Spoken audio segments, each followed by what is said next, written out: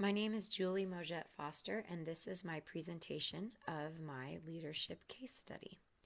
I'll begin with background. My case study is centered on standards in education.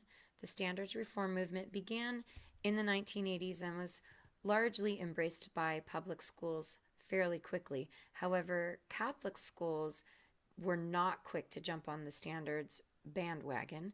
And when I switched as a trained public school teacher to teaching in Catholic schools, I experienced a pretty intense culture shock when I discovered that this was not a system of education that was predominant in my diocese. So I decided to approach the diocese with a standards reform proposal. I began very mildly with just inquiring with the associate director for schools about where we were at, and I was quickly dismissed, saying that the standards reform movement was just another educational fad. My principal at the time disagreed, and we decided as a school site to implement standards-based education. Eventually, we had a pretty intense turnaround in diocesan leadership, and I suspected that the new leadership team would be more open to it, and I was right. They asked me to present the standards reform that my school had engaged in to other interested schools in our diocese. And so in the summer of 2014, we hosted several schools and presented our practices. At that point in time, the diocese decided to begin developing a pilot program, but in the process of procuring schools and going through the specifics of how the pilot would work, there were some significant changes made to the system that I had presented at our initial meeting. As a result of those changes, because I believed they were detrimental to the standards process, I decided to opt our school out of the pilot. And we continued to work locally on reforming our own standards-based system while other schools in the diocese continued with the pilot. During this time, I learned a lot about myself as a leader. We continued working, developing rubrics, training teachers. I decided it was time for me to move to the next level, so I applied for a principalship that I was all but assured was mine, and I was passed over for that principalship, which really shook me and caused me to step back from my leadership role. I needed to take some time to engage in some intense personal reflection. Was I wanting to be a teacher leader, or did I want to be an institutional leader?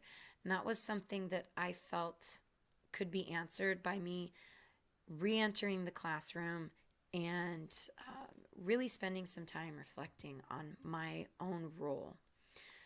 As I took this time, the diocese revised its pilot and introduced in the fall of 2017 a remarkably similar report card that was very different from the original pilot program.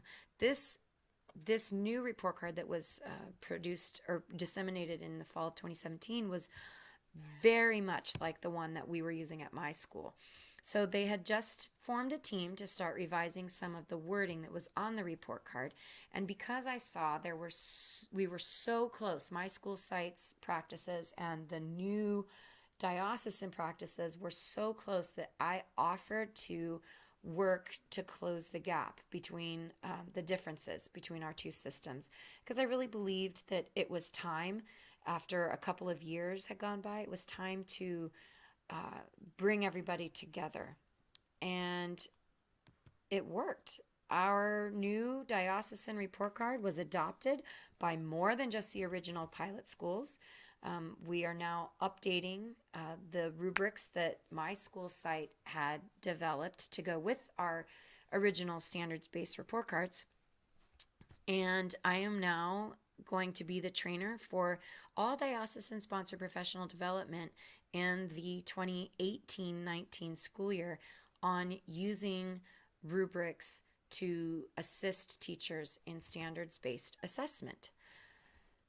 There was so much reflection that happened for me during this process, and at every point, anytime I was about to make a presentation from that very first time 6 years ago, I had to anticipate what I thought would be the reactions of people.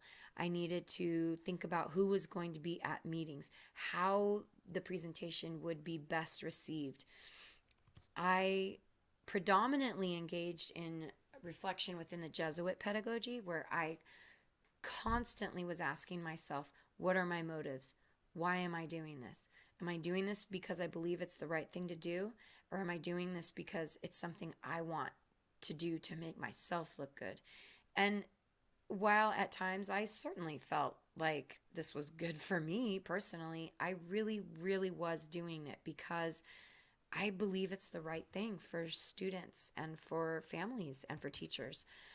And of course, all along the way, I engaged in the moment reflection, constantly listening to people's questions, watching their facial expressions, trying to eavesdrop or even at least observe side conversations that were happening while I was making presentations, and also engaging with people in a not a backdoor capacity, but definitely in an ancillary capacity where I could gauge people's reactions outside of organized meetings.